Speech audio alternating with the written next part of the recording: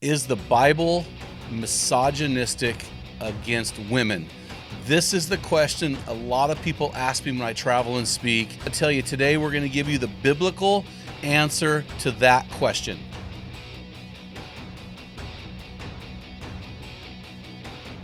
Today we're going to dive into this question.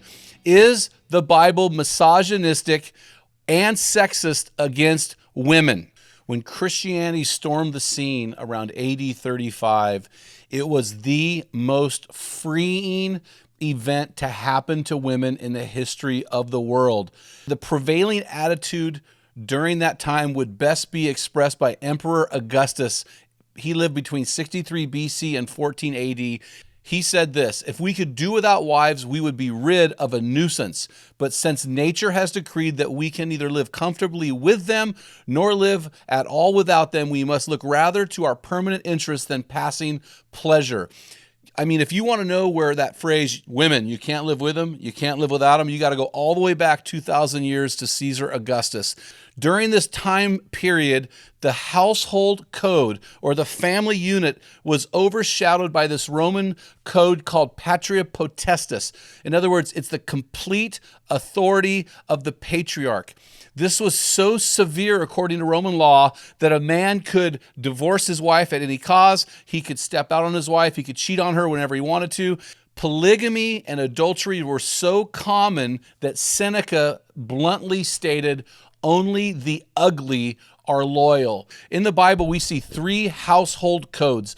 Those household codes express how the family should operate.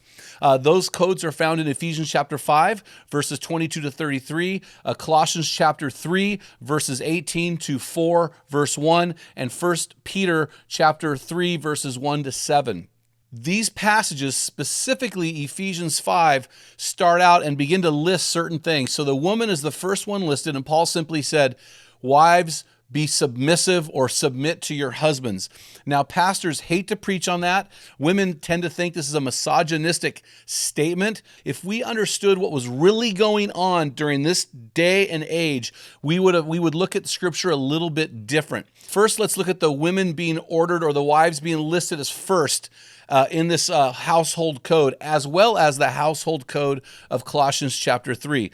They are listed first. Now, in the Hebrew world, they did not order things based on chronology. They ordered things, they built their lists around the most importance or the most predominant. So we look at the list of the 12 disciples, we see Jesus picking Peter first, Peter, James, John, and Andrew.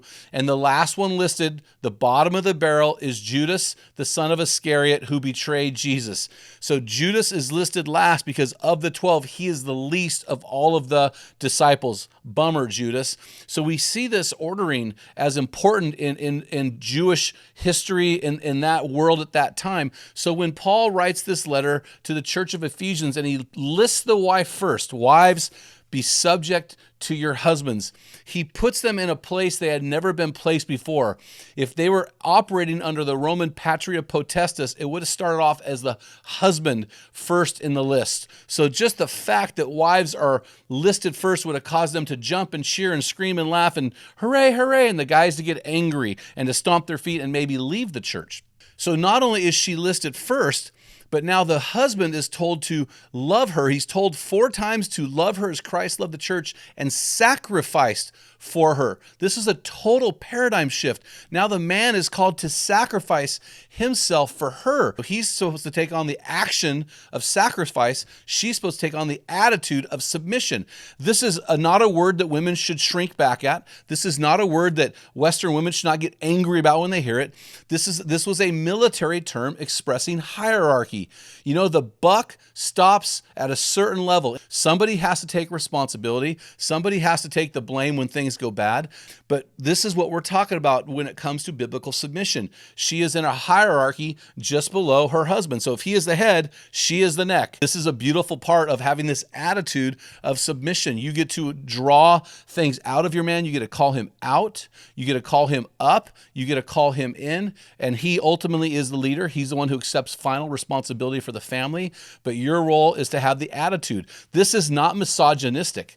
This is biblical. This is accurate. accurate. This was the most freeing thing that ever happened to women in the history of the world. If you are listening to this today and you don't have to walk around the streets with a veil over your face, or if you are listening to this today and you can have a job in the marketplace, it is because of Christianity. I want to equal and function with women on the equal playing field. I want women to have their rights based on their merit and their credentials and their skill level and their giftedness. I don't want to have to oppress them because of their gender. Christianity has allowed that. It freed that. In fact, Luke is the only gospel written to the Gentile people. These are non-Jewish people. In the Gospel of Luke, he highlights women more than any other gospel in all the gospels because he's writing to a Gentile world and he's trying to free and release women of that bondage that was prevalent of the day. So is Christianity historically misogynistic and sexist towards women? Absolutely not. You know, we often forget, guys, that God has called us to steward the bodies he gave us so that we'll be ready, healthy, and spiritually dangerous to fight the good fight. That's why we're so excited to partner with Mountain Tough Fitness Lab. Join me on my journey by going to mountaintough.com and getting your free 6-week trial when you type in the code ARENA30. You won't be disappointed. Stay dangerous.